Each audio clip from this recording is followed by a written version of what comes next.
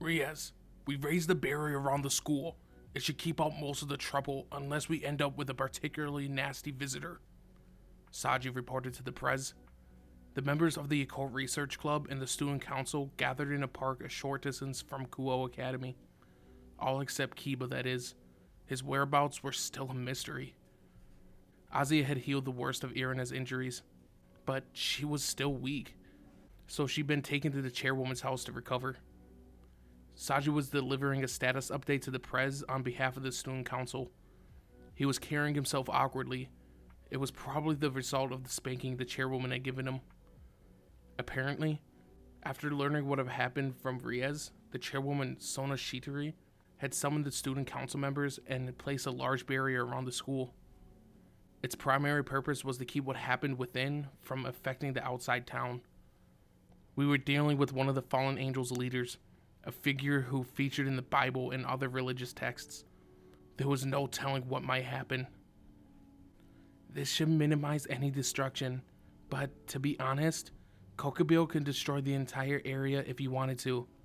What's worse, he seems to be preparing to do just that.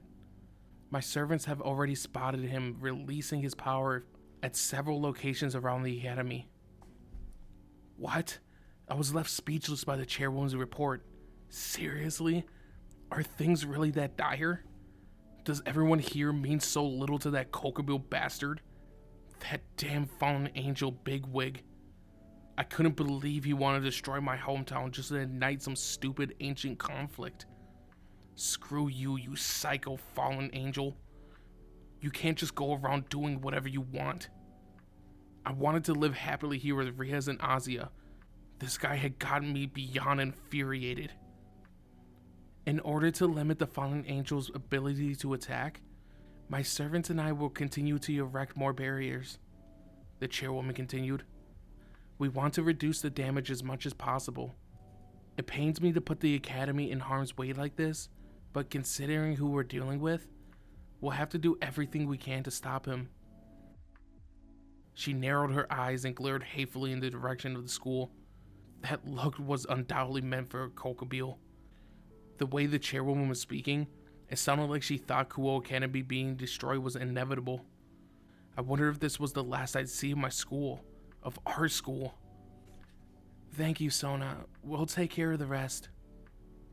Riaz, you're dealing with a monster of unimaginable power. You can't win. It isn't too late to call your brother. The chairwoman insisted. The Prez shook her head. You haven't called your sister either, she replied. That's different. Your brother loves you. Lord Sir Zex will definitely come, which is why... I've already approached him, Akano interrupted. Akano, Riaz exclaimed in disapproval. Akano, however, wore an unusually angry expression. Riaz, I can understand why you don't want to trouble Lord Sir Zex. I know you want to handle your territory by yourself, perhaps even more so after the recent trouble with your family, but the situation has changed now that a fallen angel leader is involved. This is far beyond what we can handle on our own. Let's accept the Demon King's assistance. I've never seen Akano speak up to the Prez before. My guess had been right. She did call Riaz by her name in private. The Prez looked like she wanted to say something back, but eventually let out a deep sigh and nodded in silent acquiescence. Only then did Akano flash the other girls a joyful smile she usually wore. Thank you for understanding, President. Lady Sona, Lord Sir Zek's reinforcements should arrive in little over 1 hour. 1 hour? I understand. In the meantime, we, the Student Council, in the name of the Sea-Tree family, will maintain the barrier. Hearing the chairwoman's decision, Riaz too looked to have made up her mind. 1 hour. I'm afraid we must take the offensive. My dear servants, it's our job to cross through the barrier and attract Kokubyo's attention. Unlike when we were fighting against Riser Phoenix, this battle will be one of life and death. But I'll never forgive any of you if you die. I want everyone to come out of this alive. We've got many more school days ahead of us. Okay, we've responded with resolute unity. I'm counting on you, Hyodo, Saji called. As if I didn't already know. You should worry more about your ass. Shut up. It hurts more when you talk about it. And the same goes for you anyway. I did feel a light tingle on my bruised buttocks when he said that. The Prez expresses her love in some intense ways. Well, I guess this situation is holding our asses to the fire, huh? Come on, don't joke about that. By the way, where's Kiba? Saji inquired. I'm sure he's safe, I said with confidence. Right, he has to be. I bumped fists with Saji as we wished each other well. It was time to fight. Time to throw our cards on the table. It's up to you, kid. So you're fighting Kokobio. Don't let down your guard. Show him what you're made of. Roger that, Drake. Let's show him together. That fallen angel wanted to fight with God and a demon king. But instead, he was going to know the wrath of a dragon. We entered the school through the main gate. The moment we stepped inside, I used my promotion ability to go from pawn to a queen. I felt my power multiply. That said, I didn't have much experience as a queen, so I was in no way comparable to Akano's level of skill. The bizarre scene unfolding before me left me utterly speechless. 4 swords were floating in the center of the school ground. Each was emitting a brilliant imperial light. The quartet ablaze was hovering at the center of a threatening magic circle that covered the entire area. Standing in the middle of the 4 weapons was Valber Galilei. What's that old geezer up to now? What on earth? I murmured in bewilderment. I'm combining the 4 Excaliburs into one, Valber explained, as he found the idea somehow amusing. Valber, how much longer will it take to fuse them? Another voice sounded from above. We all glanced in his direction and found Kokobio hovering in the air with the moon to his back. He was staring down at us all, perched on a seat that appeared to be suspended in the sky. I guess that was one of his angel powers. He was sitting cross-legged, as if he had all the time in the world to spare. Not even 10 minutes, Kokobio. I see. As you were. The fallen angel turned his gaze onto the Prez. Is Sir Zex coming? Or Seraphol, perhaps? We're here in my brother's and Lady Leviathan's steed. You can... There was a sudden gust of wind, followed by a thunderous explosion. At the source of the blast was the gymnasium. Rather, the place where the gymnasium had been. It was completely gone. Somehow, they'd blown it away. How boring. I'll have to find another way to amuse myself. A huge pillar of light jutted from the ground from where the gymnasium had been standing. Is that a spear of light? This has to be a joke, right? It's too damn big. That spear that Rainier had used to kill me was a toothpick compared to this one. If any of us took a direct hit from something like that... Are you scared, kid? Drake asked, speaking directly to my mind. Of course I am. Just look at the size of that thing. This is way beyond anything I can handle. Yeah, he's on a whole different scale. Kokobio is old and powerful. That his name even pops up in the Bible. Plus, he fought God and the demon kings of ages past and survived. Can we win? I thought in question. Do we even stand a chance? I'll take him down, even if I need to turn most of your body into a dragon to do so. Should I prove to be incapable of defeating him, I promise at least to hurt him badly enough to stall until the Demon King arrives. He can handle the rest. That Drake was saying such things was testament to how powerful Kokobio was. I steeled myself to be ready for whatever came. I did have my armor as a last resort, although it would only last for 10 seconds. The power of my balance breaker was close to limitless, and it allowed me to overcome my physical and demonic boundaries once released. After activating it, my Sacred Gear became unusable for the next 3 days, however. Using it was the only option in an all-or-nothing sort of situation. Now then, why don't we play a little game? I've brought a pet with me from the depths of hell, Kokobio said, snapping his fingers. There came a deep rumbling. The ground violently shook as something approached from the darkness. I'd prepared myself for a lot of things, but not the arrival of that creature. It must have been 10 meters in length, with a huge jet black body. It stood on 4 massive, thick legs. Each one of them sported claws so sharp that it felt like they could rend my back if I stared at them for too long. Its blood-red eyes glistened in the dark night. Rows of terrible fangs protruded from its gasping maw. With each breath, the monster exhaled a plume of steam that steeped out of the gaps between those dagger-like incensors. If I had to compare it to something, I'd say it most resembled a dog. Don't get me wrong, though. It definitely wasn't some kind of friendly pooch. I mean, what kind of animal had 3 heads? Its howl was so powerful that the ground shook beneath my feet. Each one of those 3 heads had loosed its bellowing cry at the same time. Cerberus, the Prez exclaimed in dismay. Cerberus? It's a famous hound monster that guards the gates of hell.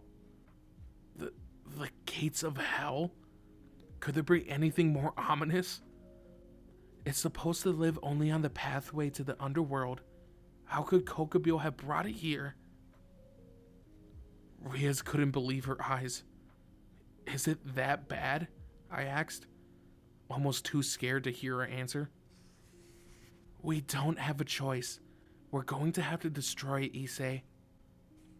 Riaz was getting fired up. That meant I was too. Got it, Prez. Let's do this. Boosted gear. Boost! Alright, you overgrown pup. Looks like you're gonna need some proper training. At that moment, the Prez rested a hand on my shoulder. Issei, we'll take the lead. You want me to charge my power and finish it off? I assumed. The Prez shook her head. No, I want you to support us. Transfer your boosted gear powers to your allies. Your boosted gear works to dramatically increase the skills and capabilities of your teammates, just as much as it can improve your own performance. She wanted me to use my gift technique to empower everyone else. It was the right idea.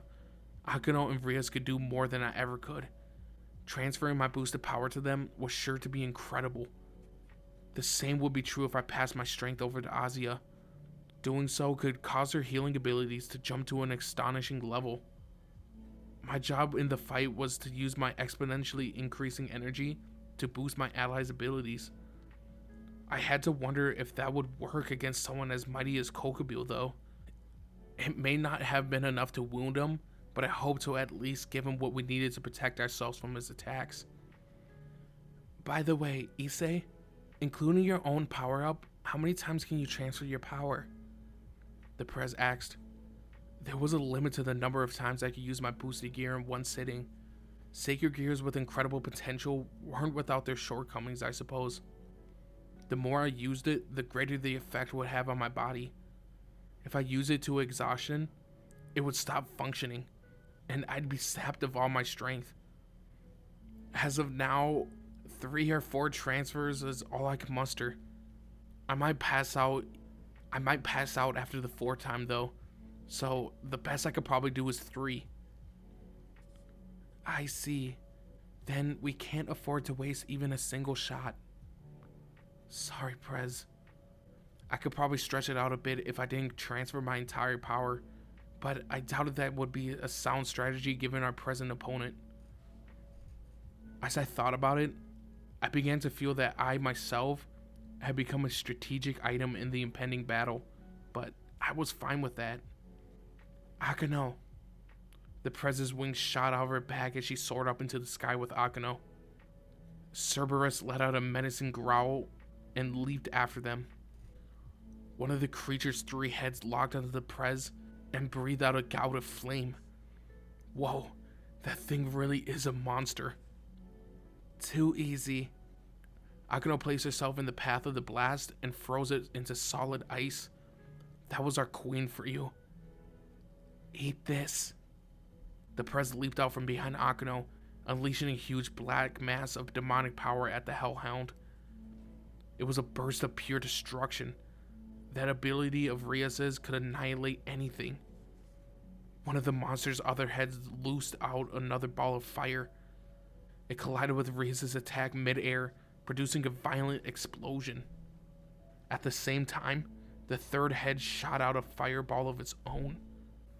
Damn it, 3 consecutive strikes? The force of Cerberus's attacks began to push back Rias's. Seizing upon his growing advantage, Cerberus prepared to launch another barrage. It looked like all it would take to overwhelm the Prez was one more burst of fire. Not a chance. Konako dived from the side and landed a fierce punch straight to one of the creature's 3 heads. Believe me when I said it was an incredible sound. I was suddenly reminded why getting in Konako's way was a bad idea. I think you want more. Akano pointed to the sky, which instantly erupted in a brilliant burst of lightning. Next, she directed her hand to Cerberus. There was a powerful flash of light, and Cerberus was engulfed in a violent barrage of bolts. Akano had dropped an extra special, overpowered blast right on top of it.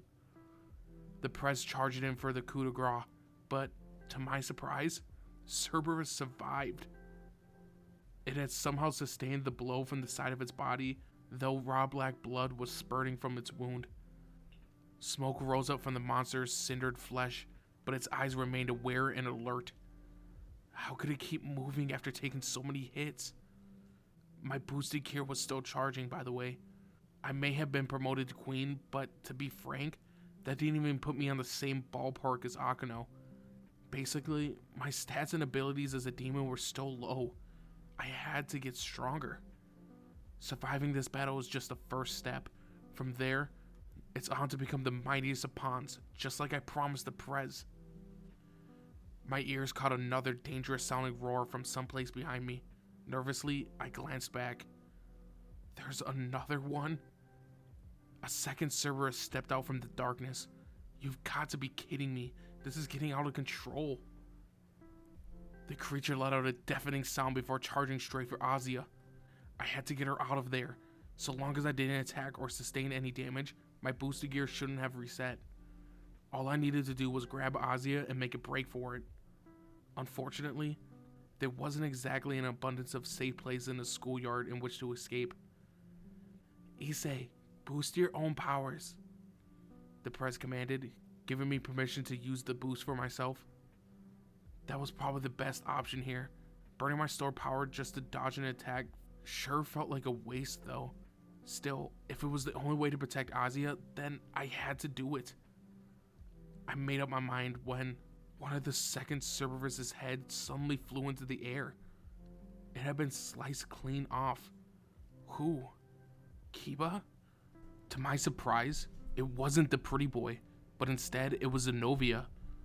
The dismembered head of the Hellhound flew into the sky before crumbling to ash. I thought I'd back you up. She called out before taking off in a dash and launching towards the second Cerberus's torso. The beast howled in pain over losing one of its heads. Zenobia delivered a fatal strike, carving it clean in two. Smoke rose up from the wound as the monster's body began to disintegrate. That was the power of the Excalibur at work. A blow from the holy sword deals critical damage to beasts like this. Zenobia thrust her blade deep into the Cerberus's chest to finish it off. At that moment, the creature's body collapsed into dust and was carried off by the wind. My gauntlet began to flash. What's going on? I haven't reached my limit yet. Drake answered. It's telling you if you transfer your current power to Rias Gremory or Akano Himajima, one of them will be able to defeat Cerberus. Seriously? Has it always had that convenient feature? You and your sacred gear continue to evolve and change with each passing day. It's giving you what you wanted. You didn't know how far to boost, so it's telling you. Drake was right about that. Did this mean my sacred gear was compensating for my weaknesses? That was a thought for another time. What was important was that I transferred my powers now. My allies would be able to defeat the remaining Cerberus. I looked up where Rias and Akano were floating and shouted, "Prez, Akano, I charged enough power to take down the Cerberus." At this, the two of them exchanged glances and nodded. They quickly alighted to the ground. Issei, in your fight against Riser, you boosted your effects to both the holy water and the cross at the same time, right? Rias asked. Yeah, I guess so. In that case, you should be able to boost both of us at the same time. Transfer your power to Akano and me. Hey, Drake, I know this is all of a sudden, but is that actually possible? 2 at a time should be okay. But each will only receive somewhere around 70 to 80% of your stored energy.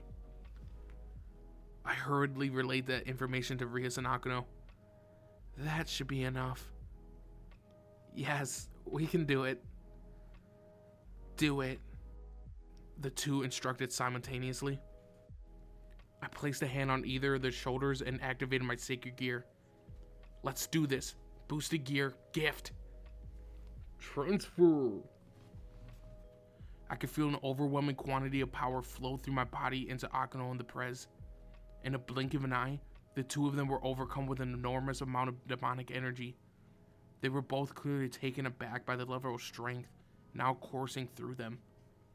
Let's go, Rias declared. Akano nodded at her dauntless expression, and the two of them took off. Akano, Rias signaled after they were airborne. Understood. Shake the earth, O heavenly thunder. Akano raised her hand into the sky and began to manipulate the lightning. Then she directed it straight at Cerberus. As if foreseeing the attack, the Hellhound tried to flee. That's when dozens of blades suddenly burst from the ground from seemingly nowhere, skewering the creature's limbs and tying it down. I won't let you get away. Our knight had made his appearance. Kiba had picked the perfect moment to reveal himself and use his sword birth ability. A silvery bolt descended from the heavens and smashed into the immobile Cerberus. Compared to Akano's previous attacks, this one was far larger. That pillar of electrifying light enveloped at least half the school grounds. Whatever screams escaped Cerberus's heads were drowned out by the explosion. The giant monster's body was reduced to nothingness. It wouldn't have been possible without my power-up, but I could tell that the attack consumed a great amount of latent energy. No matter how strong Rias or Akano were, we'd soon find ourselves into trouble if we kept this up. The moment the huge Hellhound disappeared, the Prez turned her attention back to the fallen angel. Take this, Kokobio. A huge surge of power rocketed from her hand. It's gigantic, I found myself exclaiming. It was at least 10 times the size of Rias' regular attack. Not only that, but it was speeding towards the fallen angel at an incredible pace. As utter destruction bared down on Kokobio, I thought for a moment that we'd won. To my dismay, however, he'd simply held it out in front of him. Kokobio was holding that killer attack back with one single hand. Impossible. How can he deflect a blow like that single-handedly? Kokobio turned his palm upward and sent the mass of raw demonic power that the Prez had hurtled his way flying into the sky, disappearing into the dark of the night. The fallen angel broke into a delighted grin, and he looked at the plum of smoke rising from his hand. I see. So the Red Dragon Emperor's power is capable of boosting even Rhea's Gremory to such a level. Fascinating. Kokobio gave an amused chuckle. It's complete, came Valper's voice. At that moment, the 4 Excaliburs floating in the middle of the schoolyard began to emit a tremendous burst of light. Huh? What's going on? From his mid-air perch, Kokobio clapped in applause. And so 4 Excaliburs became one. The burning divine light of those swords spread throughout the area. It was so powerful that we were forced to shield our faces against the glare. When I strained my eyes, I could make out the shapes of 4 holy swords overlapping. The 7 Excaliburs had originally been one blade.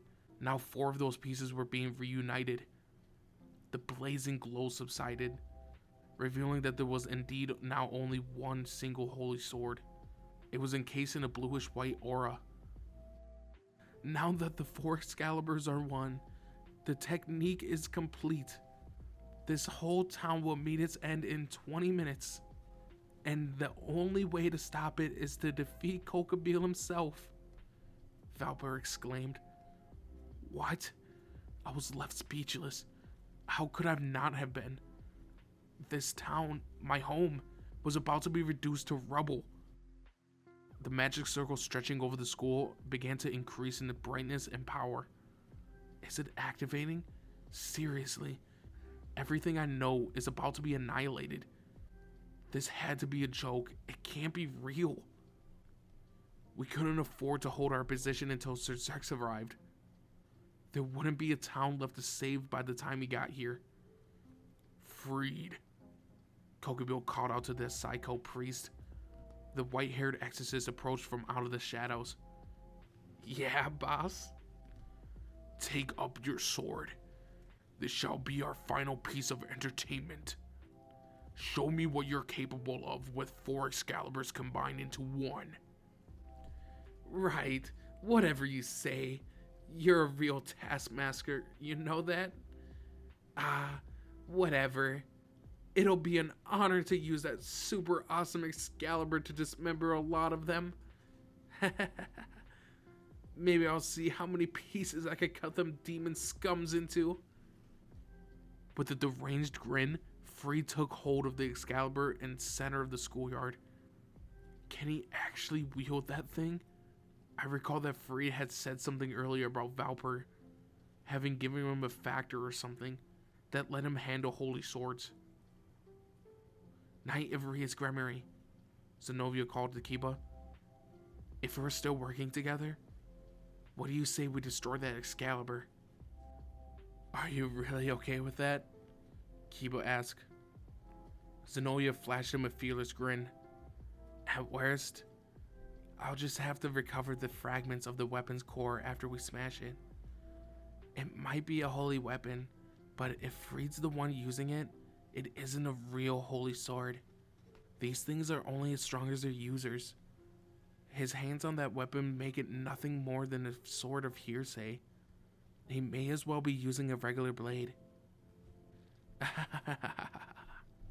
Came a chortling voice that Kiba and Zenovia's exchanged. It was Valper. Valper Galilei. I am the sole survivor of the Holy Sword Project. No, strictly speaking, you murdered me. I was reborn as a demon. Kiba's voice as he addressed Valper was calm, but his eyes raged with hatred. Depending on how Valper responded, Kiba might be liable to explode in blind fury. Oh, so you're a survivor, are you? What a strange coincidence, finding you again in this eastern land. We must be bound by fate. I didn't like that old geezer's laugh. It almost sounded like he was ridiculing us. You see, I love holy swords, Valper began, as if reacting some old story. I love them so much that I dream about them.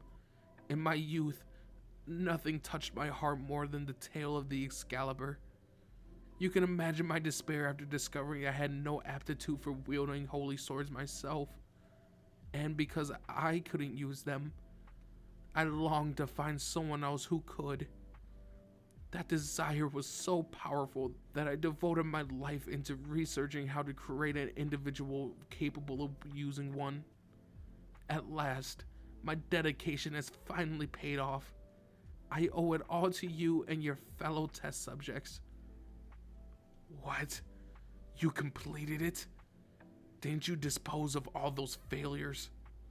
Didn't you dispose of all of us failures? Kiba demanded, his brow furrowed in anger and disbelief. The President Zenobia had said the same thing. Kiba and the other test subjects had been considered failures. That's why Valper had killed them. Contrary to everyone's expectations, Valper shook his head. I had already realized that a certain factor was required to brandish a holy sword properly. The point of the project was to estimate the necessary quantity to ensure compatibility. While almost all the test subjects possessed the factor, none had it in sufficient enough quantity. Faced with an obstacle, I hit upon the idea of combining factors extracted from different people. I see. So that's it. Zenobia began, grinding her teeth as if having learned something damning. That thing that holy sword wielders receive when they take their blessings, that's what it was. What is she talking about? Exactly, my little swordsman, Valper answered. What you received was a crystallized essence of that factor, extracted from countless donors, like this one here. Valper pulled out what looked like a small glowing orb from his pocket. It shone brilliantly and likely filled with a holy aura. With this, my research took a dramatic step forward, and yet those fools in the church branded me as a heretic and banished me, usurping my research materials in the process. Looking at you, I can see that they passed my knowledge to someone else. That bastard Archangel Michael. He condemns me and then goes on to use my research anyway. He probably isn't killing those who he takes the factor from, though. He's an angel after all. Ironic as it is to say, I suppose that makes him more humane than I am. Valper gave a bemused chuckle. Now I understand. That explanation was simple enough that even an idiot like me could follow it. Sacrifices have been necessary to produce holy sword wielders. By the sound of it, Kiba and Zenobia had both been caught up in Valper's research. You murdered us all to extract that holy sword factor? Kiba growled, his voice murderous. Exactly. This orb here is from back then. I had 4 originally, but gave 3 to Freed. This is the last one. I'm the only one who's capable with it, Freed cried. The others all kicked the bucket because they weren't. I guess that makes me special, huh? If Freed was telling the truth, then the other individuals responsible for stealing the Excaliburs were probably dead. If only he died too, I thought. That jackass seemed to have a knack for surviving, though. You knew I was a tough one, didn't you, Issei? No. I'm not going to croak that easily. Don't read my mind, you damn psycho priest. Valper Galilei, how many lives did your selfish research claim? Kiba's hands were trembling, his whole body enveloped in a powerful demonic aura. He was incredibly intimidating. If that's how you feel, then I'll give you this crystallized factor for you. My research has advanced to the point where I can mass produce as much as I'd like. But first things first, I'll help Kokobio destroy this town.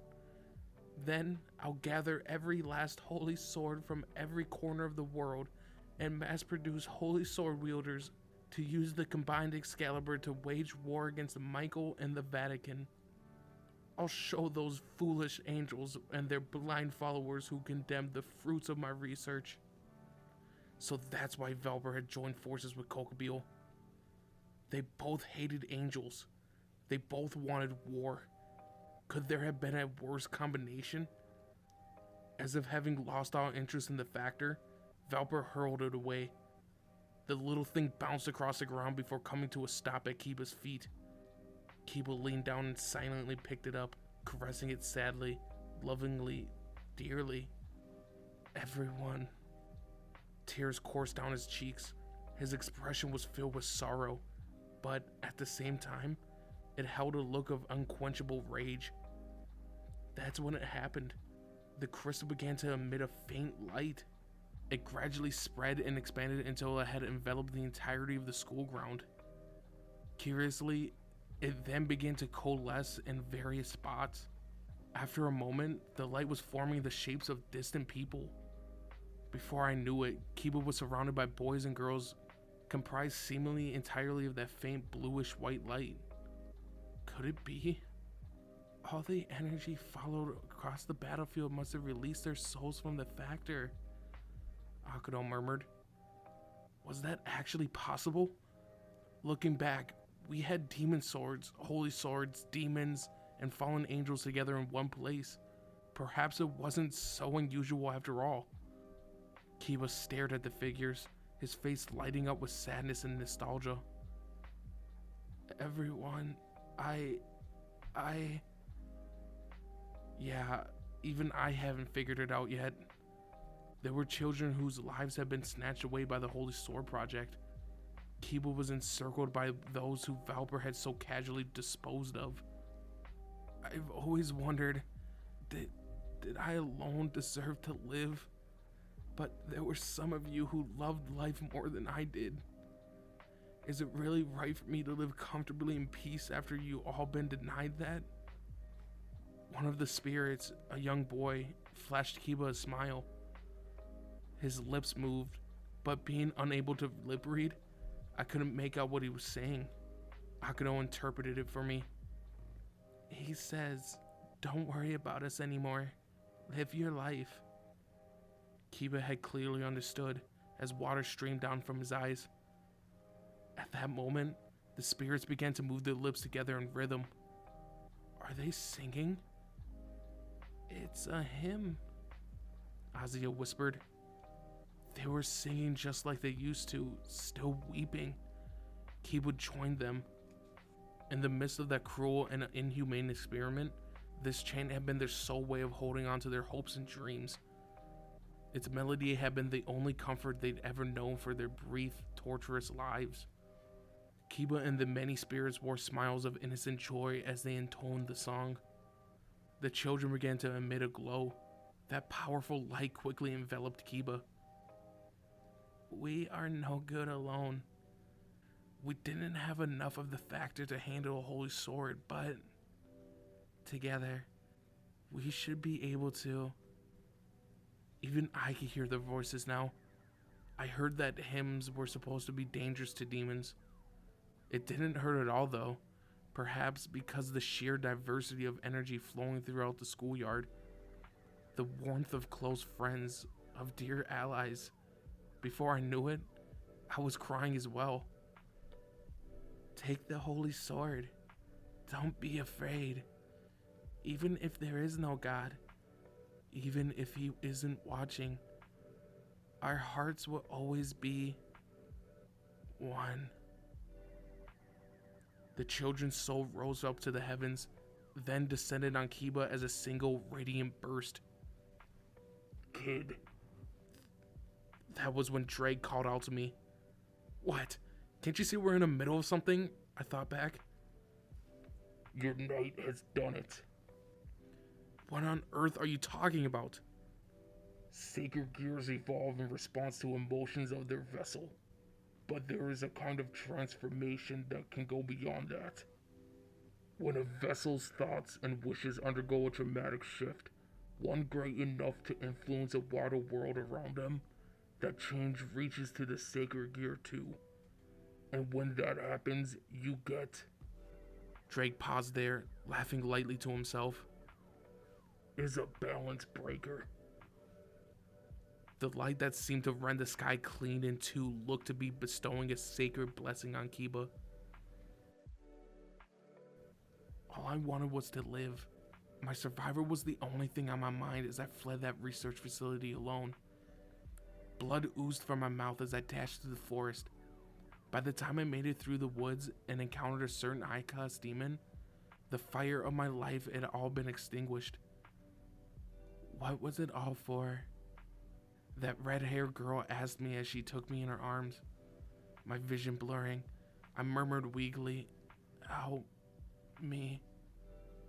My life, my friends, my future, my hopes, my strength, my talents, All I wanted was to hold on to them all. Those were my final words as a human being. I will keep living as a demon. That was my master's wish and mine as well. I had been content with that for a while.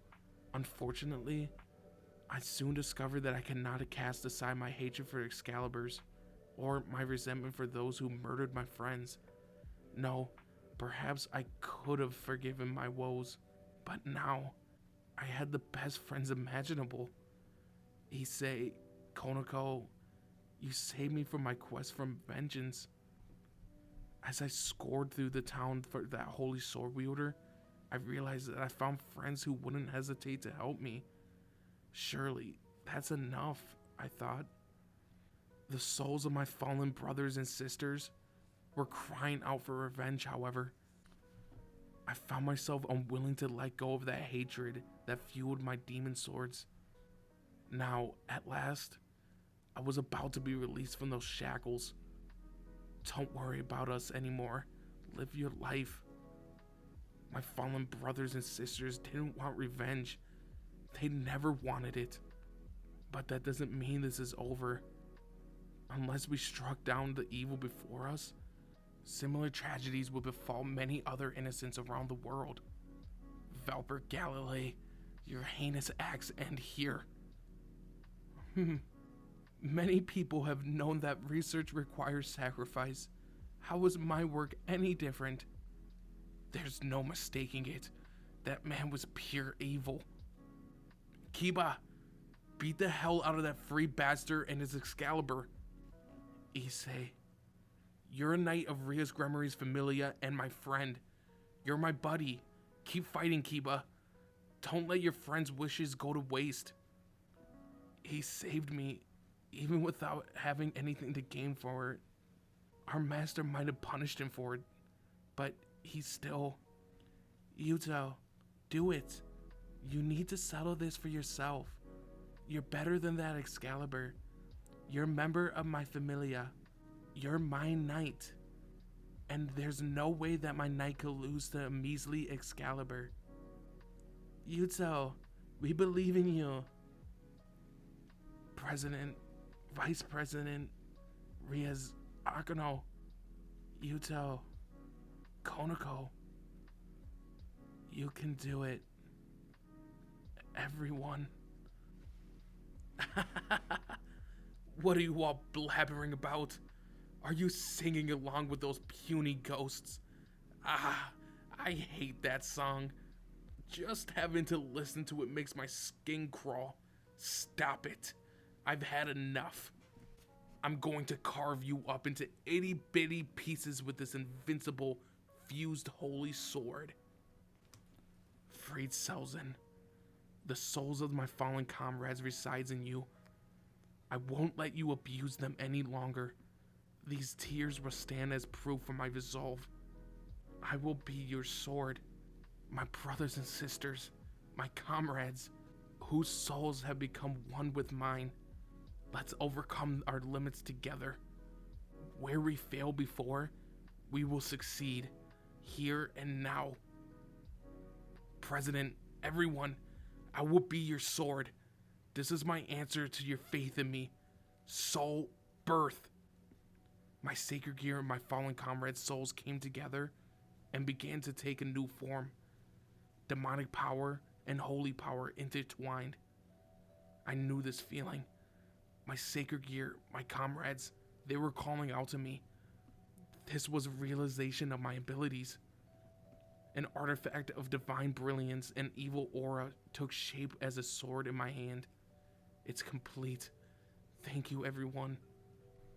My balance breaker, the holy demon sword of the betrayer. I will see that you taste the power of this blade that combines the power of light and dark into one. I declared as I charged towards Freed. My strongest attribute as a knight was my speed, though Freed tried his best to keep up. All it took was a couple of feints to slip past his guard. Unfortunately, he still managed to parry my first blow. He was certainly a formidable stray exorcist. My weapon was nullifying the power of his fused Excalibur, however. How can that lousy needle be able to do my original holy sword? Freed gasped in panic. If that were a true Excalibur, it wouldn't. But your Excalibur isn't enough to break my friend's will. Freed ticked his tongue in frustration before leaping backwards.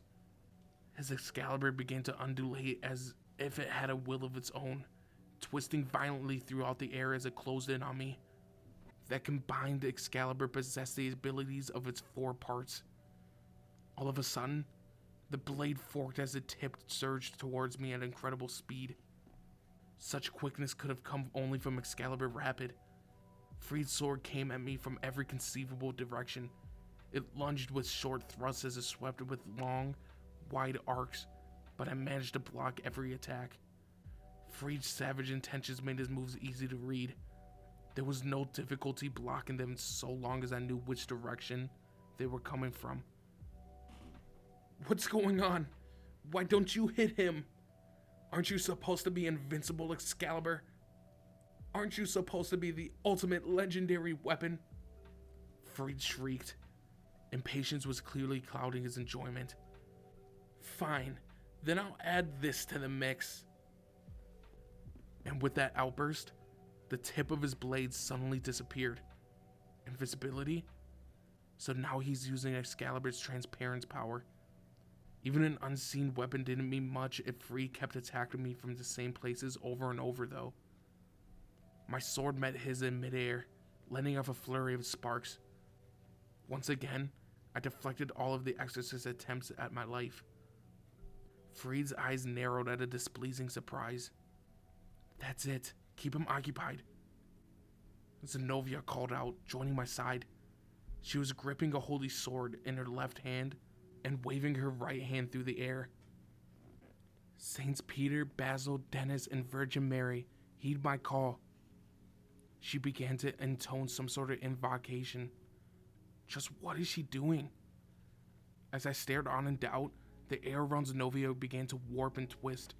She reached into the distortion with her free hand and pulled out something from space and between dimensions. It was a second sword, one that was emanating with incredible holy aura. In the name of the saints who dwell within this blade, I release you, Durandal. Durandal? That was another holy sword of legend, one just as famous as Excalibur. Not only that, but from what I heard, its sharpness was unmatched. I had to wonder how she came to possess such an incredible weapon. Durandal? I thought you were an Excalibur wielder. Both Valper and Kokabille failed to hide their surprise. Nope. I was always Durandal's master. I was simply asked to take charge of an Excalibur for the time being. Zenobia readied both of her mighty swords. Durandal was in her right hand, and Excalibur was in her left. Impossible. My research isn't even close to devising a method of controlling Durandal, Valper exclaimed. I'm not surprised. Not even the Vatican can create an artificial Durandal wielder, revealed Zenobia. Then how? Valper demanded. Unlike artificial holy sword users like Irina, I am a natural swordswoman. Zenovia's declaration left Valper speechless.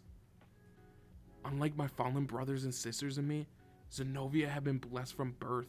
with the ability to use a holy sword. Durandal is a tyrant beyond all imagination. He carves through everything he touches. Unfortunately, he also doesn't like to follow my commands. That danger is why I had to store him in a separate dimension. Not even I, his user, can handle him well. I suppose I should thank you, Friedselsen. Because of you, I am forced to fight with Durandal and an Excalibur at the same time. I'm bursting with excitement. I hope you'll be able to take more than a single blow. At the very least, I'd like to taste the power of your Excalibur. The blade of Durandal began to emit a holy aura, exponentially more powerful than that of the combined Excalibur that Fried was holding. It was stronger than even my holy demon sword. Come on, how was that even fair? Why do you need to come out and spoil the party? You damn bitch, go to hell. Fried screamed in rage. He charged for Zenobia. Though it was still invisible, Fried's sword was undoubtedly slashing back and forth. With a single horizontal cut, the combined Excalibur shattered. Not only that, but the ground itself had been gouged in two. In the end, it was just a broken holy sword. It wasn't worthy of facing the Durandal. Zenobia let out a disappointed sigh. What incredible power! Her other weapon, Excalibur Destruction, wasn't even in the same league. Are you serious? Seriously? You've gone and blown the legendary Excalibur into pieces just like that? For crying out loud. Was I an idiot for trying to fix a broken piece of junk? I was supposed to see past the shallowness of humanity and the foolishness of the church. I was sure I'd overcome them. As Fried was losing his temper, I slowly approached. There was nothing more that he could do. This was checkmate. Desperately, he tried to block my holy demon sword with the stub of his broken Excalibur. There was a faint crumbling sound as his fused Excalibur finally disintegrated. Do you see that? Our strength has surpassed the Excalibur, I stated. Having destroyed the holy sword, I cut down the mad exorcist. Fried lay on the ground, bleeding profusely. His body rent from the shoulder to the stomach. We had surpassed the Excalibur and seized victory. As I gazed up above, I felt my grip on my holy demon sword tighten. Rather than satisfaction, I found myself overcome by loss of purpose. One of my reasons for living was suddenly gone. A holy demon sword? Impossible. Two diametric opposites shouldn't be able to merge into a stable existence. Valbert Galilee's expression was taut. Right, I remembered. This isn't over yet. Unless I defeated him, he would continue to bring new tragedies. I couldn't allow him to make others suffer the way we had. Valbert Galilee, prepare yourself. I pointed my holy demon sword toward him, preparing to run him through. Come on, everyone. Let's finish this once and for all. I see. I understand now. If the balance between light and dark has been thrown into turmoil, that would explain it. The Demon King and even God himself. At the very moment that Valper seemed to have hit something important, the spear of light passed through his chest. Valper spat out a mouthful of blood before collapsing limply to the ground. I ran his way to check whether he was alive, but he already breathed his last. Valper, you were truly remarkable. Your realizing the truth just now was proof of that. But I never needed you. I could have done this by myself from the outset. Still floating in midair, Kokubyo sneered in mockery. He was the one who killed Valper. The fallen angel broke out into a crazed laugh as he descended to the ground. Immediately, an immense dread began to dominate my senses. Filled with incredible sense of confidence and an impossible power, Kokubil finally approached us. With a dauntless grin, he looked to Issei and commanded, "Charge your boosted gear to its limit, and transfer the power to one of your allies." "Are you trying to give us a sporting chance?" The press shot back, infuriated.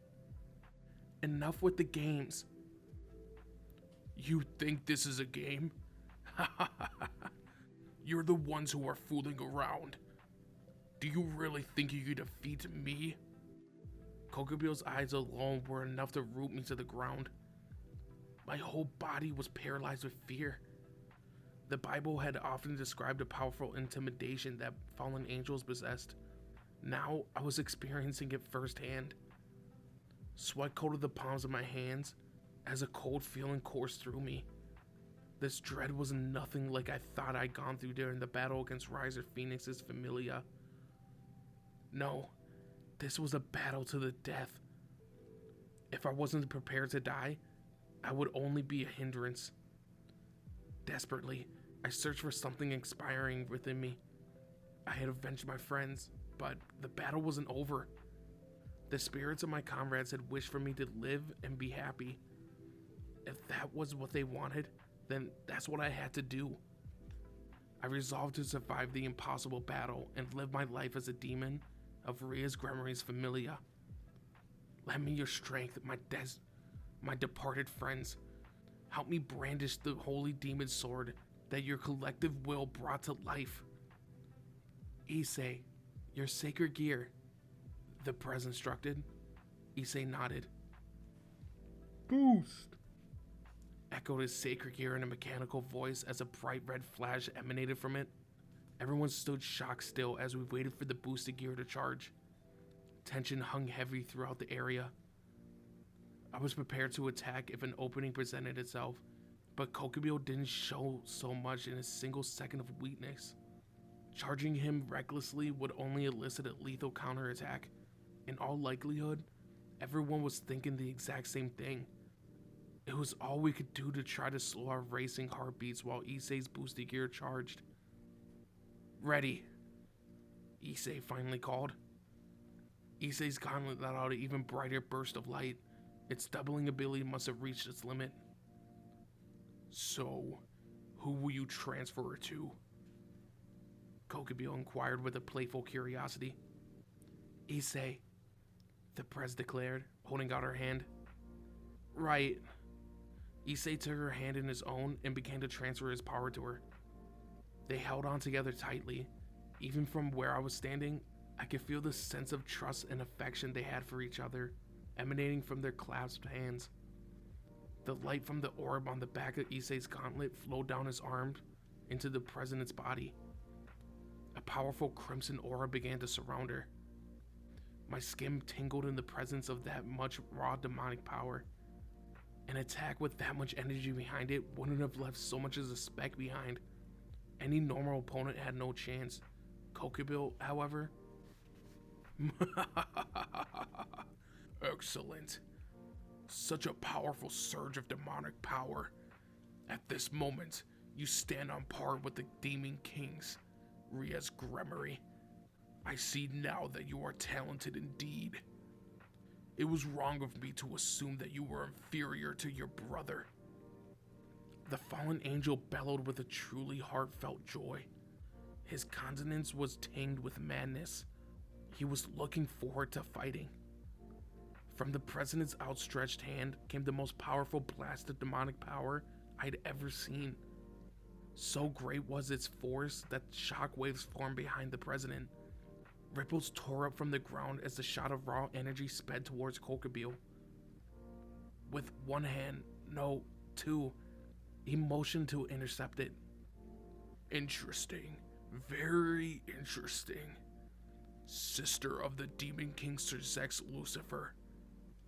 Light began to gather before Kokubil's extended palms.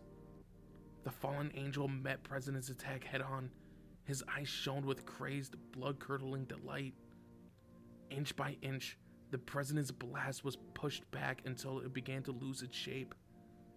Not even that much raw demonic power was enough to defeat him? That's not to suggest that Kokubyo escaped unharmed, however.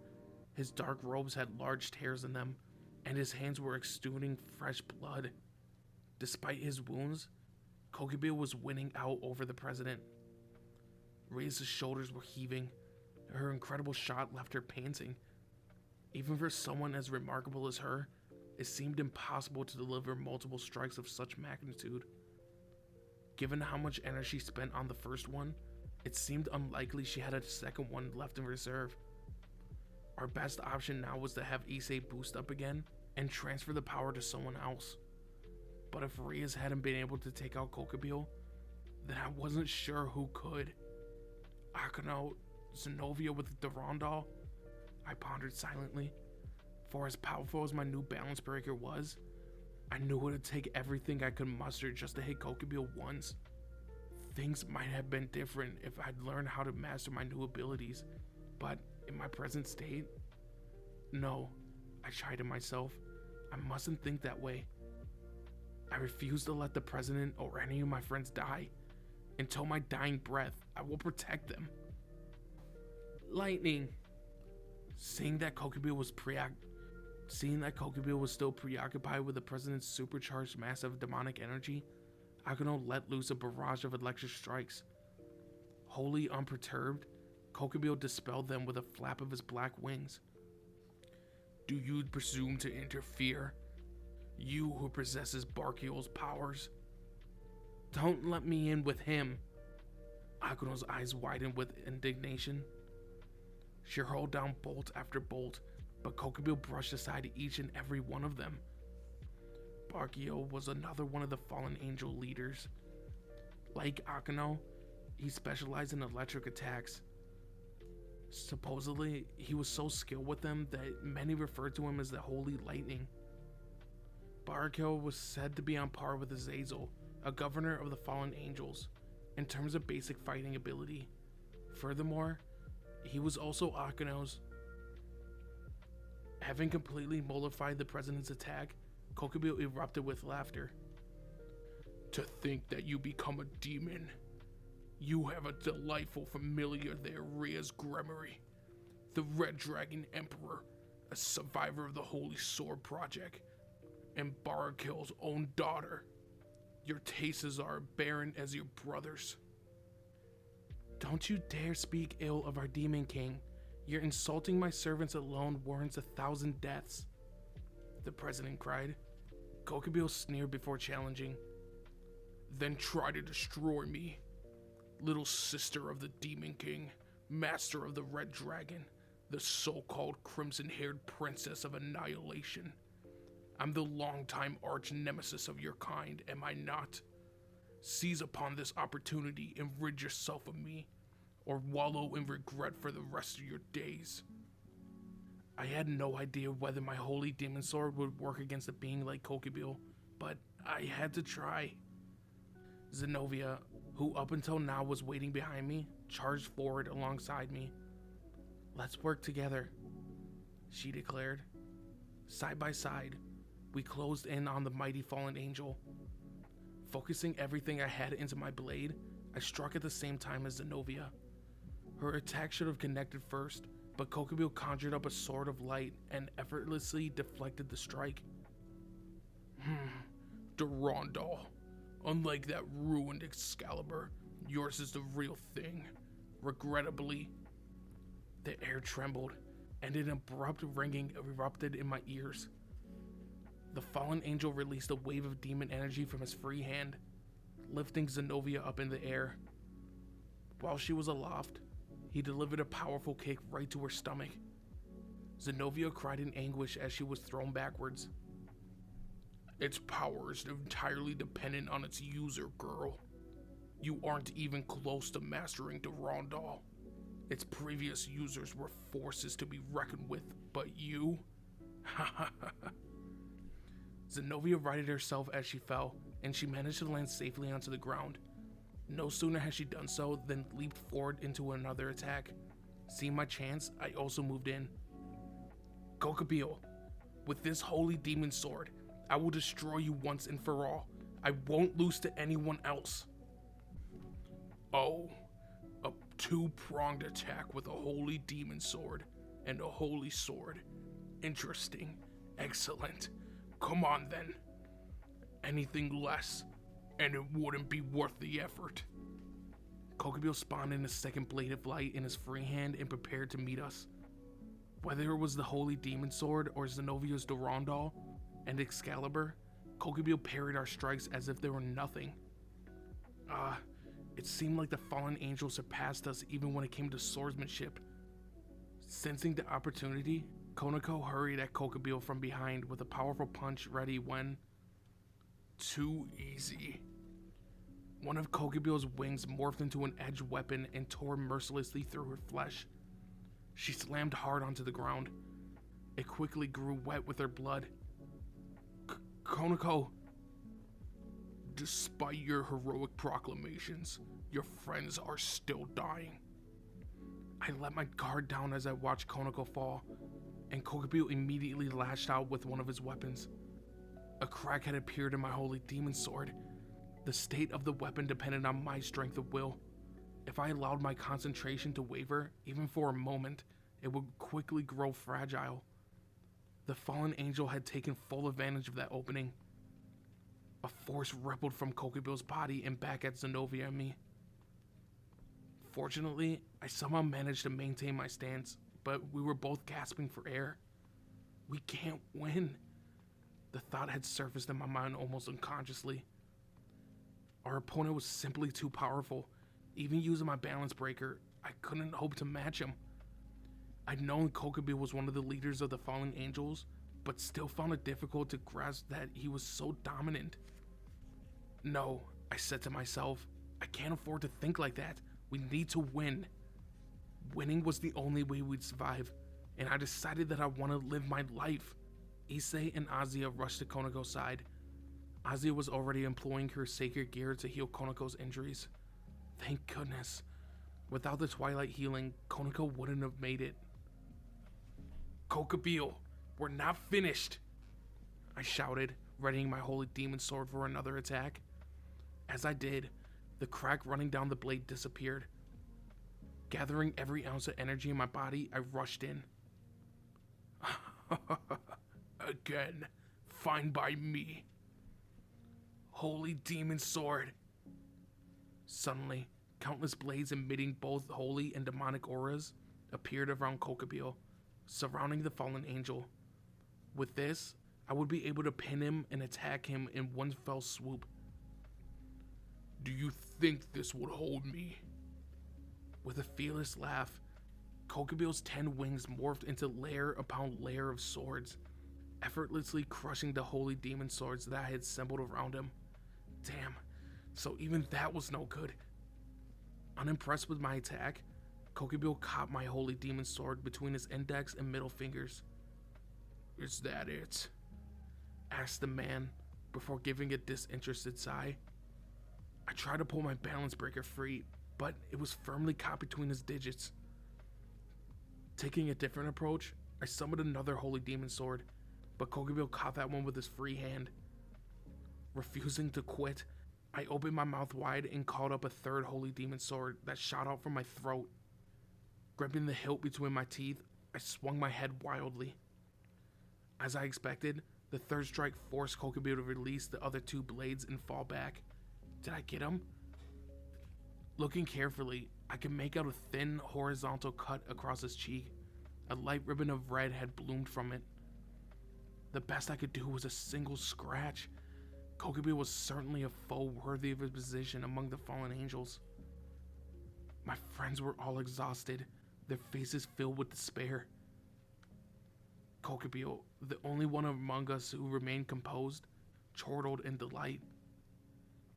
Even having lost masters who you profess to serve, I see that you demons and servants of gods can still fight. What is he hinting at? What does that mean? The president asked dubiously. Kokubio broke out into unrestrained laughter. His mocking tone was not lost on us. Right. I completely forgot. Your bosses haven't told you the truth. In that case, allow me to enlighten you. The Demon Kings weren't the only casualties in the last Great War. God himself was slain. What? He has to be lying. Everyone among us was incredulous, unbelieving. Of course they haven't told you. Who would admit that God is dead? Humans are such fools. Without God, they can't function. They succumb to existential despair and lawlessness. No fallen angel or demon has been able to convince the lowly masses. Though I suppose there are very few places where word of God's demise might have leaked out. Only a select few leaders of the three factions know the truth. Although, it does appear Valper worked that out just before the end. God is dead? That can't be. Was it true? The very notion seemed impossible. If Kokibio wasn't lying, then what had we all believed in during our time at the research facility? All that remained after the climatic battle were a bunch of angels who lost their god. Some demons bereft of their kings and most of their leaders, and we fallen angels who were robbed of many of our underlings.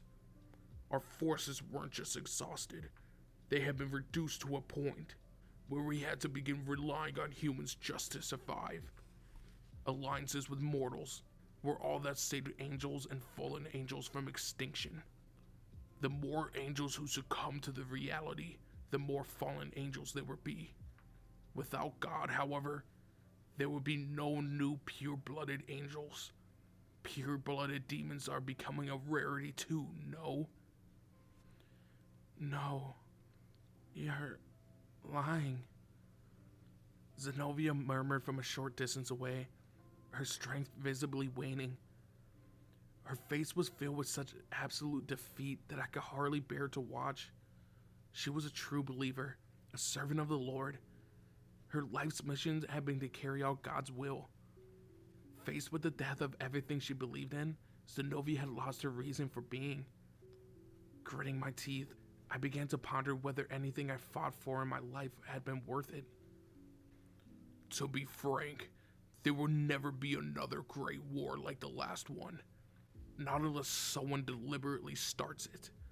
That is how badly our forces were slaughtered last time.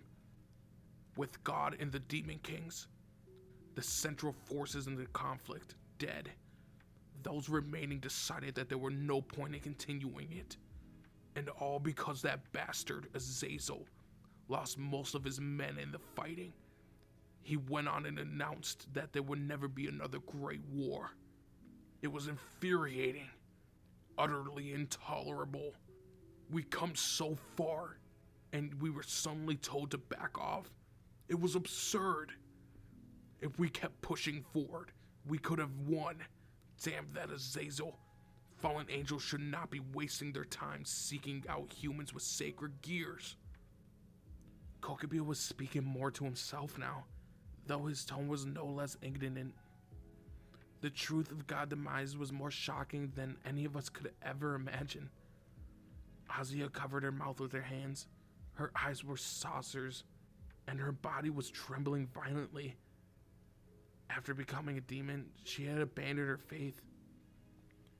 The Lord is gone, dead. Then the love we offered him. Kokibio seemed genuinely amused by Azia's difficulties. Indeed, he can offer you no protection, no love. He's long since gone. Michael is doing well, though. He's taken God's place and is commanding the other angels and human followers. The system that you people use to contact God still works, to an extent. Blessings and exorcism function as they did, just far less effectively. There are more people than you could possibly imagine whose prayers go unanswered these days. Your holy demon sword Brad was the only able to forge such an abomination because the balance between God and the Demon Kings has collapsed. Normally, holy and demonic powers don't mix. With the power balance between the two thrown into turmoil, however, all kinds of phenomena are possible. So it wasn't by chance that I created my holy demon sword. It had only been possible because God was dead. There was a distinct irony about that. Azia crumbled to the floor. Azia, are you okay? Issei called out to her, taking her in his arms. Her hysteria was understandable. She dedicated most of her life to God. Faith in the Almighty had driven her to sacrifice her own life. I could only guess what she must have been going through. I, on the other hand, had spent most of my life fighting against him. Kokubio, ignoring us, raised his hand toward the sky. I will usher in the next war, here and now. Your heads shall make excellent trophies to commemorate this day. I may be alone, but I'll see the fighting resumes exactly where I left off. I'll prove to Sir Zex and Michael once and for all that the fallen angels who are superior. Lucifer, Michael, they both featured extensively in the Bible and were said to be among the most powerful beings. Kokubio wanted to stand shoulder to shoulder with them. That's how strong he was. Our opponent was someone aspiring to surpass the greatest angel and demon. There was no way we could win. We couldn't even come close. It was foolish to think that we could stand a chance in the first place, and yet... I tightened my grip on my sword just as a dazzling flash of red light filled my vision. Issei, cut the crap. I'm not going to let you wipe out my town, my friends, the Prez, or Azia, just because you're hankering for some stupid war. Besides, I'm going to be the harem king. I won't let you get in the way. I know you're trying to act cool, Issei, but that won't be enough here. A harem king. That's what the Red Dragon Emperors aspires to. Why don't you come with me then? I'll give you a harem. You can take any beautiful woman you want. You can do what you want with her until you're ready for another. Kokubio invited, trying to tempt him. No matter what he says, Issei isn't the kind to... To my surprise, Issei was frozen in place. Don't tell me you can be bought that easily, I exclaimed. What was he doing? Issei, snap out of it. Issei, wipe the drool from your face. How could you end up like this? The president was annoyed. Issei really should have known better. Sorry, I guess the idea of a harem was my weak spot. If you like girls so much, I'll give you something to remember if we make it out of this alive, Reyes declared. Seriously? Then I want to suck your breasts, Issei shouted without a moment's hesitation. Fine. That's a small price to pay for victory. The jewel embedded in the back of the boosted gear suddenly shone brighter than it has before. Those breasts are mine to suck for as long as I want. An indomitable grin began to creep along Issei's face. I could beat the living daylights out of God himself right now. Alright. Right. He's dead. His gauntlet let out a blinding red light. The tremendous energy surging through his sacred gear was practically palpable. Alright. Let's do this, Kokubio. You're going down quickly so I can suck on the Prez's nipples, okay? That's what he's fighting for? Sacred gears responded to the thoughts of their users. The boosted gear looks like it reached a new level, all because of Issei's lust and perverted desires. I had to wonder if the Red Dragon Emperor was really okay with something so ridiculous. The president's face flushed, likely because of Issei's absurd proclamation. My heart cried out for her, truly. This is the first time I've seen the Red Dragon Emperor grant his power for the sake of sucking on a woman's breasts. Just who are you? Kokubio asked, squinting. Issei puffed out his chest and replied, Rias Gremory's pawn, Issei Hyodo. Remember that name, Kokubio. I'm the vessel of the boosted gear, and erotic and perverted thoughts fuel me. Just a short moment ago, everyone had been filled with hopelessness and disparity between the fighting ability and the fallen angel, but Issei's wild boasts were surprisingly emboldening. It was quite strange. Ever since he got involved with our familia, it was like I found a new source of motivation. I was never a particularly hot-blooded sort of guy, but it wasn't an unwelcome feeling. The president, Akano, Azuya, and Konoko were all beaten and broken, yet they stood ready to engage with Kokubio once more. We hadn't lost yet. It was still possible for us to emerge victoriously. At that moment, we were all united in our feelings. That's when... interesting. Came a new voice from the sky. The vice president, Akano, skilled in reading the flow of energy, was first to notice it. She hurriedly looked up, and the president followed in suit, not a second later. They both stared into the dark of night. At first, I didn't realize what was happening, but the answer soon revealed itself. A shiver of an unknown fear and trepidation coursed down my spine. What descended from the sky overwhelmed me with its presence, filling me with hopeless despair at its sheer power. If it collided with the ground at the rate it was falling, it was likely going to cause an earthquake. Thankfully, that never came to pass. A glowing white figure, unmarred by even the slightest shadow, appeared before us. It had stopped just inches above the earth. It was covered in a radiant white plate armor. Things that resembled jewels were embedded in various places across its body. Even its face was shielded behind heavy metal, making it impossible to read the figure's expression. 8 wings of pure light grew from the new arrival's back. Their radiance cut through the inky black of night and emitted an unmistakable divine radiance. The armored figure was strangely familiar.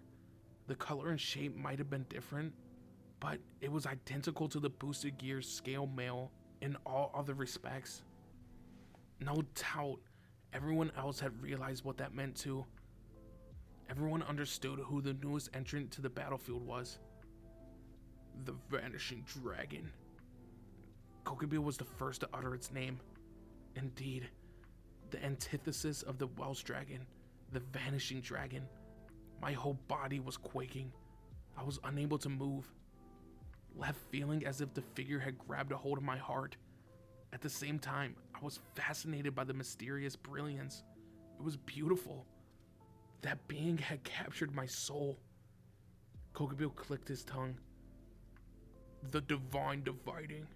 The wings of the White Dragon Emperor, one of the 13 Longinuses. If you've already activated its scale mail, then you must have attained your balance breaker. A no less dreadful weapon than the boosted gear. The Vanishing Dragon's balance breaker. So you were drawn to the red, were you, Vanishing Dragon? You would be wise to stay out of my... Before Kokubio could finish his sentence, however, one of the black wings was yanked up into the air. At the same moment, great globs of crimson spurted from its back. They're like crow wings, a filthy color, as Hazel's were dimmer, like perpetual darkness. Do you remember? My eyes hadn't been able to register it, but it was clear that the white figure just attacked the fallen angel. The Vanishing Dragon was clutching a black wing in its hand. Judging by its voice, it sounded like a young man. Curse you, my wings! With his wing plucked right out from his body, Kokubio was beyond enraged. The Vanishing Dragon, however, let out a faint chuckle. They're no more than the sign of a fallen. And what does one who crashed down to the earth need with wings? Or do you still hope to fly? You're defying me, vanishing dragon. Kokobio summoned up innumerable spears of light, but the vanishing dragon remained unfazed. My name is Albion. Divide, echoed a new sound, and Kokobio seemed to immediately grow weaker. A full half of the spears he had conjured vanished as well. That is one of my abilities of my sacred gear, the Divine Dividing. It halves the energy of anyone I touch every 10 seconds. Your power will be my sustenance. You don't have any time to dawdle now, do you? If you don't defeat me soon, you won't even be a match for your human. So, the legends are true. The red dragon can boost its power and transfer it to something or someone else. Conversely, were to steal its foe's strength and use it for himself. Flapping the remaining wings, Kokobio confronted the vanishing dragon, Albion, but was immediately thrown backwards with a strike that looked like it had moved at the speed of light. The one who had been toying with us was now the one being played with. Damn you! Kokobio lashed out at Albion with luminous swords and pole arms, but the White Dragon Emperor effortlessly vaporized them with a stroke of his arm. The fallen angel was clearly struggling as his powers continued to halve. Divide! The voice sounded again. Kokobio's movements had become so meager that even I could have easily defeated him. Albion let out a sigh. Now that you're less than a mid-tier fallen angel, I'm disappointed. I thought I would be able to enjoy this for a while, but I suppose it's time to finish this. With that, Albion vanished from view, leaving nothing but a trail of light as he moved straight for the fallen angel. The vanishing dragon's fist plunged deep into Kokobio's gut. Kokobio doubled over and vomited blood on the ground. Nothing about him resembled the overwhelming opponent we had been facing just a short while ago. Impossible. How could I? What are you spouting now? Impossible. How can I lose? What are you trying to say next? This can't be? Don't make me laugh. Albion evidently found Kokobio's reaction quite amusing. I've been told that you've been getting out of hand. Azazel asked me to bring you back, even if I had to do so by force. You've gone a little overboard. Shit. That's who's behind this. Azazel. Ow. Albion's fist crashed straight into Kokobio's face. Ruthless. The fallen angel crumpled to the ground, robbed of all strength. The 10-winged leader of the fallen angels was lying unconscious. Albion threw the man's limp body over his shoulders. I guess I should retreat free too. He's got a few questions he needs to answer. With that, Albion stepped over to the fallen exorcist and easily heaved him over his other shoulder.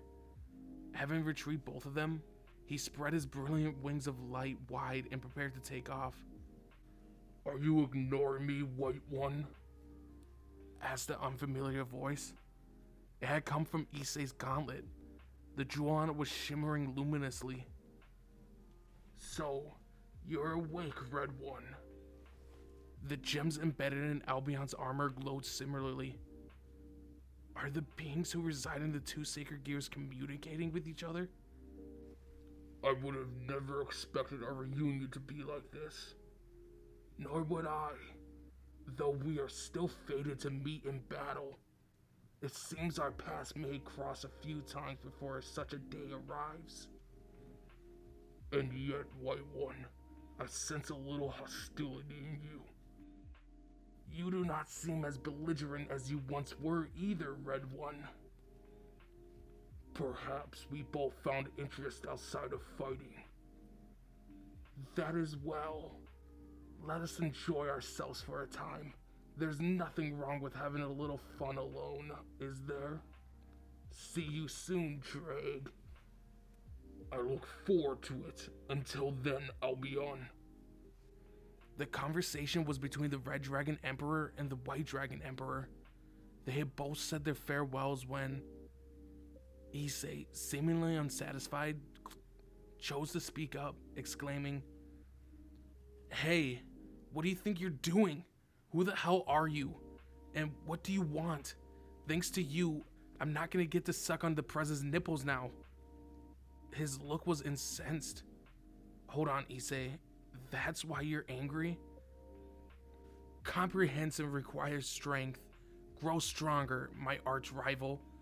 We will do battle before long," replied the vessel of the White Dragon Emperor before dissolving into a brilliant white light and taking off into the sky. We all stood rooted in place for a moment. No one could believe how strangely things had been resolved.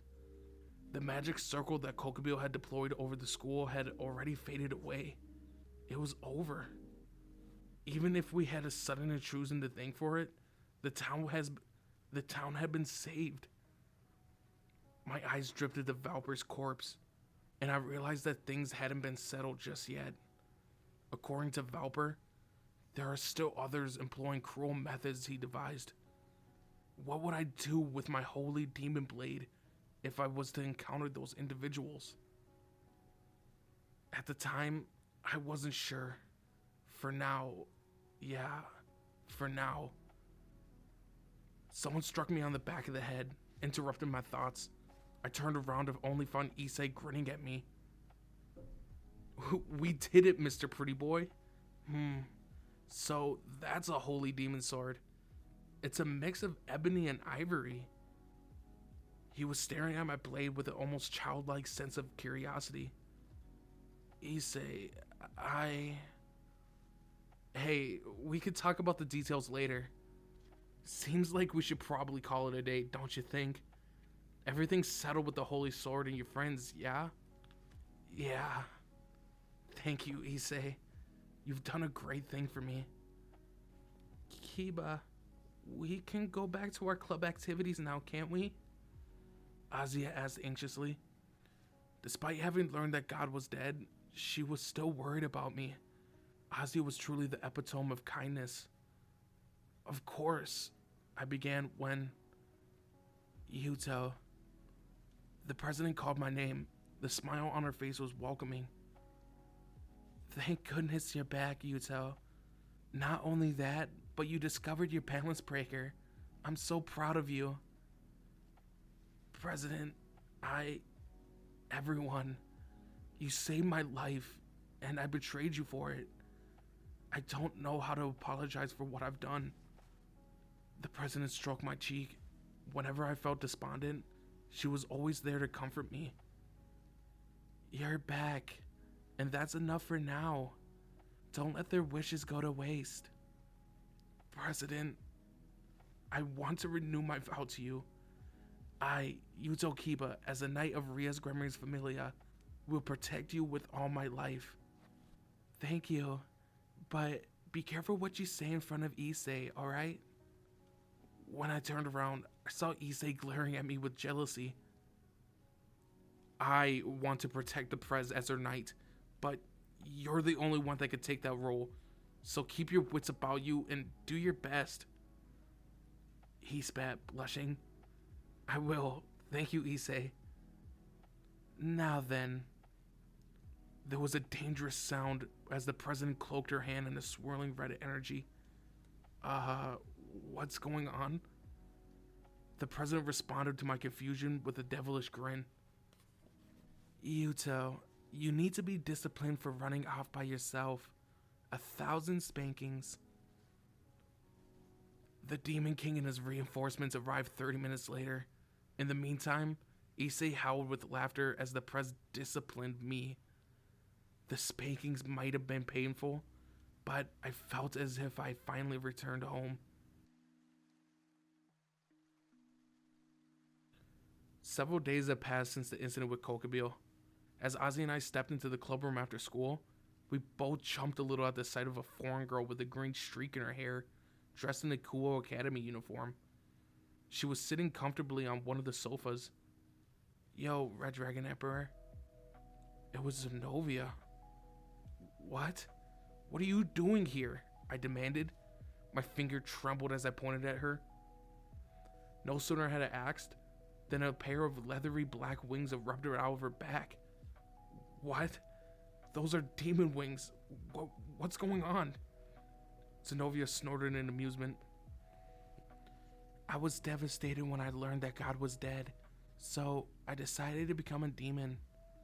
Ria's Gremory made me a night piece. The Durandal might be incredibly powerful, but I guess I'm not, because I only cost her one piece. Oh, and I transferred to your school. I'm a second year and a member of the Occult Research Club, so it's nice to meet you, Issei. Don't try to sound cute while making such a weird face, I cried. I was trying to act like Irina. Did I pull it off? You're a demon now? Prez, are you certain about this? Sure, it might have come as a shock to learn that her god wasn't around anymore, but Zenobia sure made some snap decisions. Adding Durandal's owner to our ranks was quite the boon. Zenobia and Yuta would be the sword fighters who covered the right and left flanks. The press sounded especially pleased. So she's totally okay with it. I suppose not getting hung up on the details is very like her. Having someone with a legendary weapon on her side wasn't all that bad. A holy sword would be a huge advantage if we ever had to participate in another raiding game. With this addition, the Gremory Familia could soar to new heights. Yeah, I'm a demon now. There's no turning back. Then again, have I made the right choice? But without God, my life has no meaning. But was I right to join the forces of my old enemy? I might be serving the sister of the Demon King, but... Zenobia paused there and clasped her hands together. She was murmuring something under her breath for a moment, but then suddenly keeled over. It reminded me exactly what happened to Azia whenever she tried to pray. By the way, how's Irina doing? I asked. Am I the only one that thinks it's strange to see Zenobia here, but not her partner?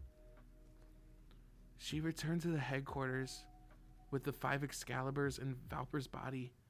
After we destroyed the fused Excalibur, Irina and I retrieved its fragmented core. With that done, our mission was over. The recovered core can be used to remake Excalibur via alchemy. Kiba and Zenobia may have destroyed the combined Excalibur that Valper had created, but it sounded like the true Excalibur had survived in some way. Are you sure returning it was the right call? And what about betraying the church? There would be consequences if I didn't return it. Unlike Durandal, there are others capable of wielding Excaliburs. Durandal is all I need. When I told my superiors I knew the truth about God, they didn't even respond to me. Shortly afterward, I found out that I've been branded a heretic, and the church doesn't tolerate hearsay. Durandal can't save me from being cast out.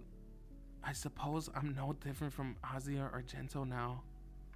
Zenobia chuckled in self-derision. Does the church really go to such lengths to exclude heretics? They sounded pretty extreme. Irina is lucky. She couldn't join the fight against Kokobio, but it's because of her absence that she didn't learn the truth. She was always more devout than I am, though. I wondered what she might have done if she had been there with us. For Christians, the more devout they were, the harder learning the truth would be. At worst, they take it as the end of their entire way of life. Who knew what that could drive someone to do? Irina was disappointed that I'd become a demon, but I couldn't tell her it was because I learned that God no longer exists.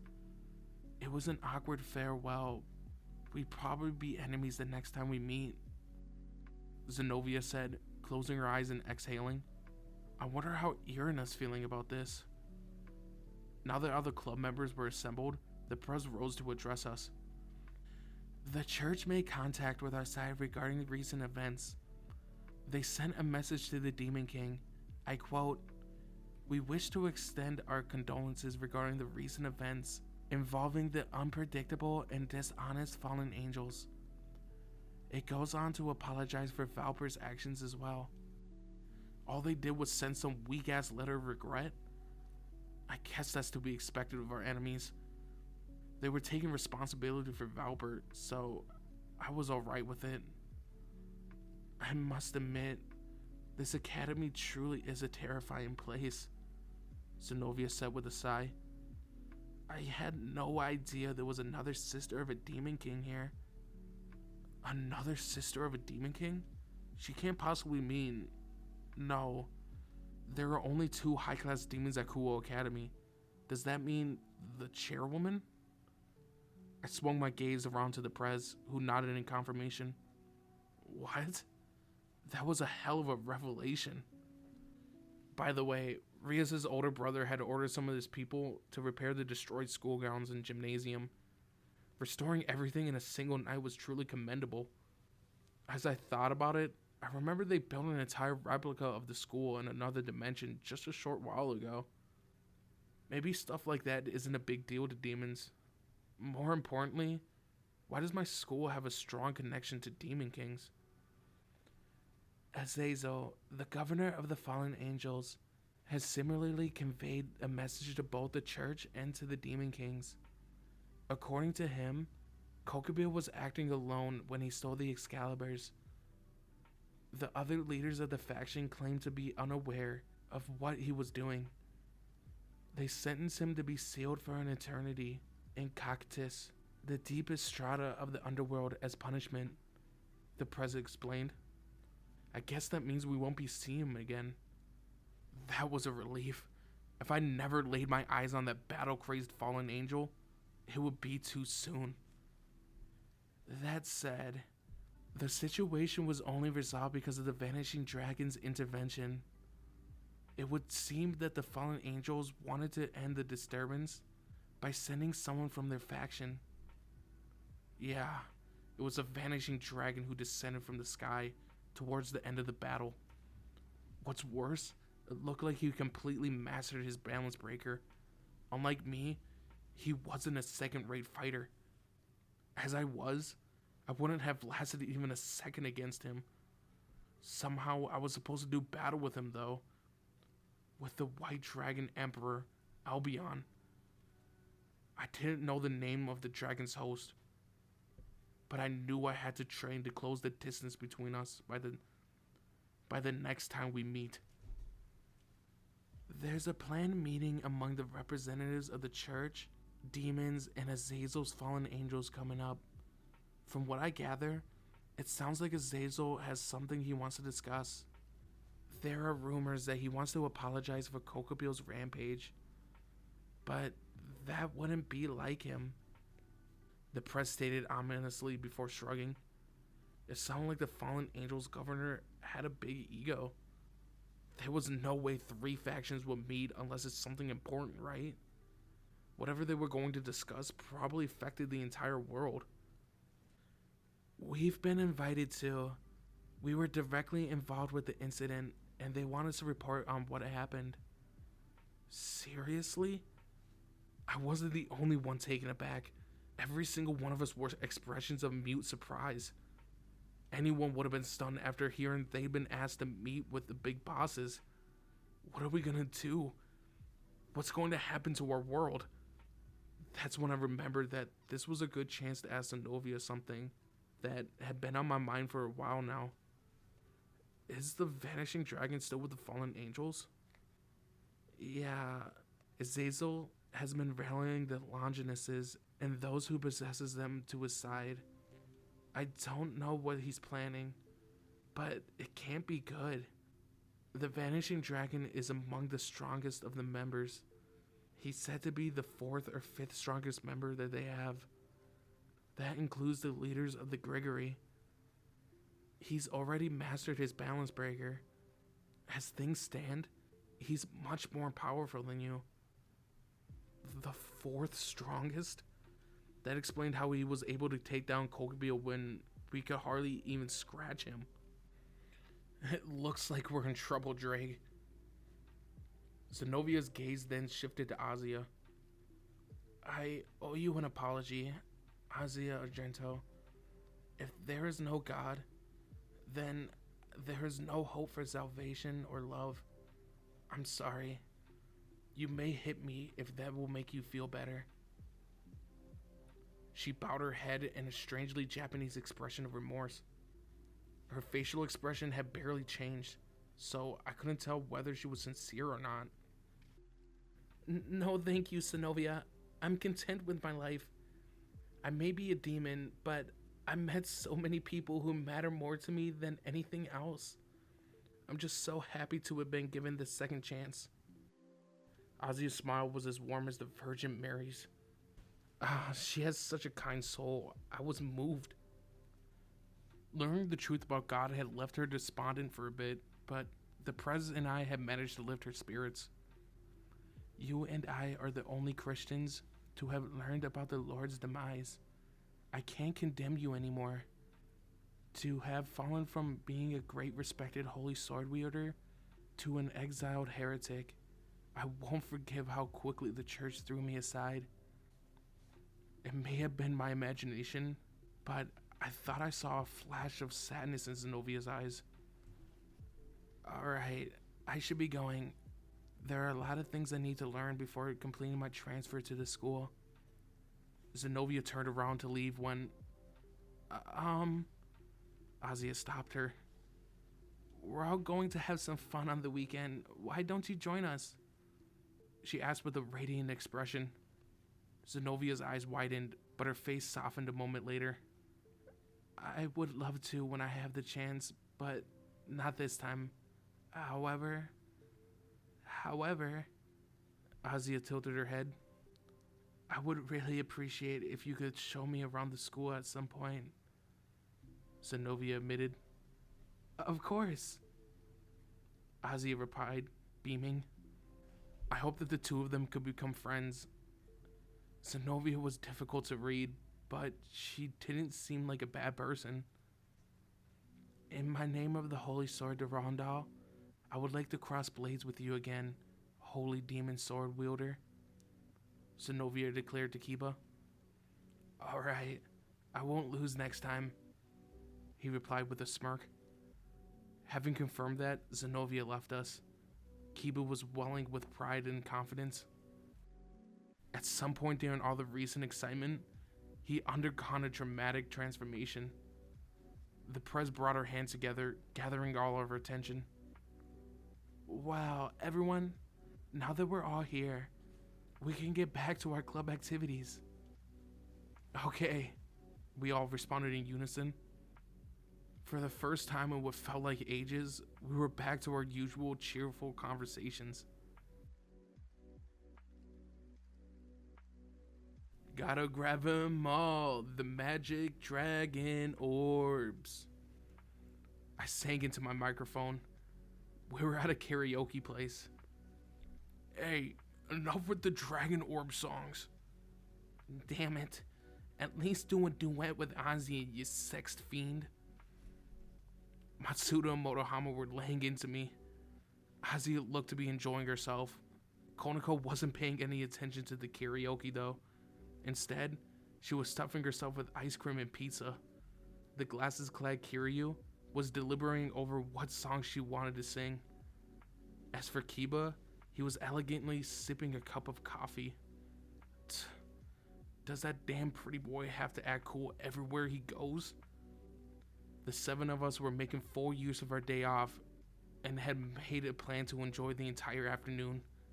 We all met in front of the station. Matsuda was 30 minutes late, so Motohama, Kiryu, and I decided to tease him about it a little before we headed to the bowling alley. There, we wore ourselves out playing 4 full games. Afterward, we made our way to the karaoke place. We've been taking turns at the mic for quite a while now.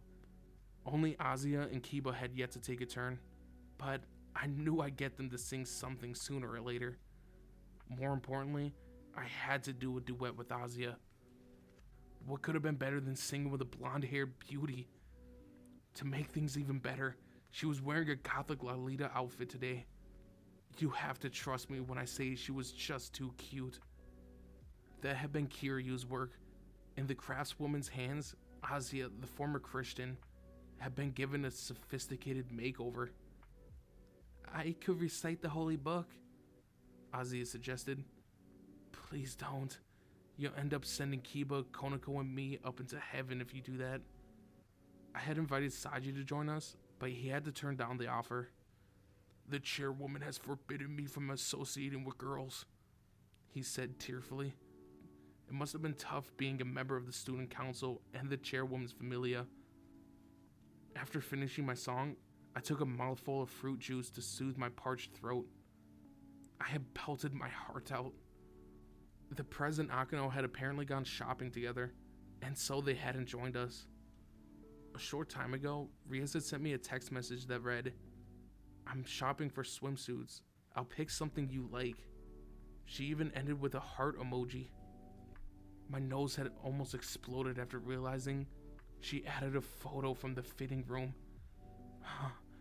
Riaz sure was erotic. It wasn't long now until the academy's pool opened. The Prez had even given us all permission to use it as much as we liked in our day off. I eagerly awaited seeing Riaz in her new bathing suit. Akano too. Whoa, two erotic ladies clad in sexy beachwear.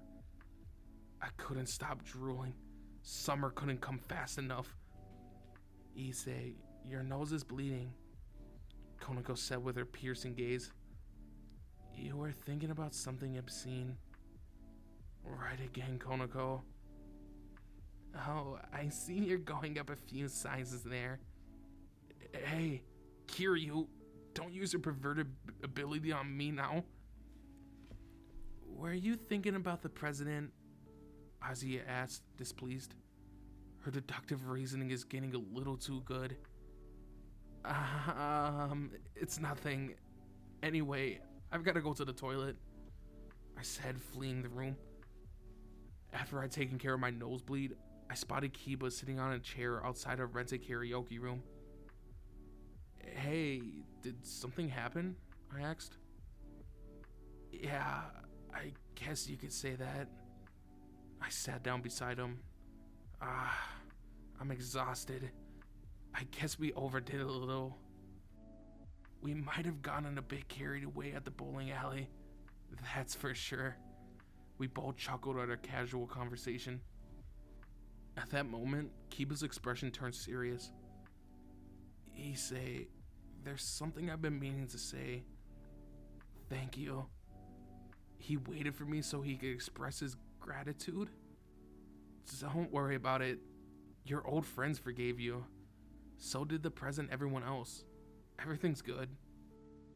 Issei. Don't look at me with those glistening eyes. You're creeping me out. Want to see a cool party trick? I asked, hoping to change the mood. Oh, I didn't know you had one. You bet I do. I can sing the Dragon Orm theme on loop for an entire day. I suppose I have no choice but to accept.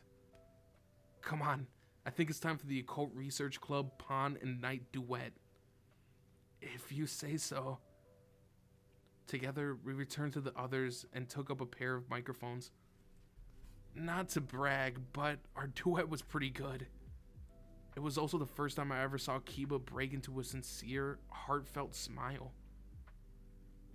A few days later, Kiryu circulated a photo of our heated singing around the school, further fueling the rumors about our romantic involvement.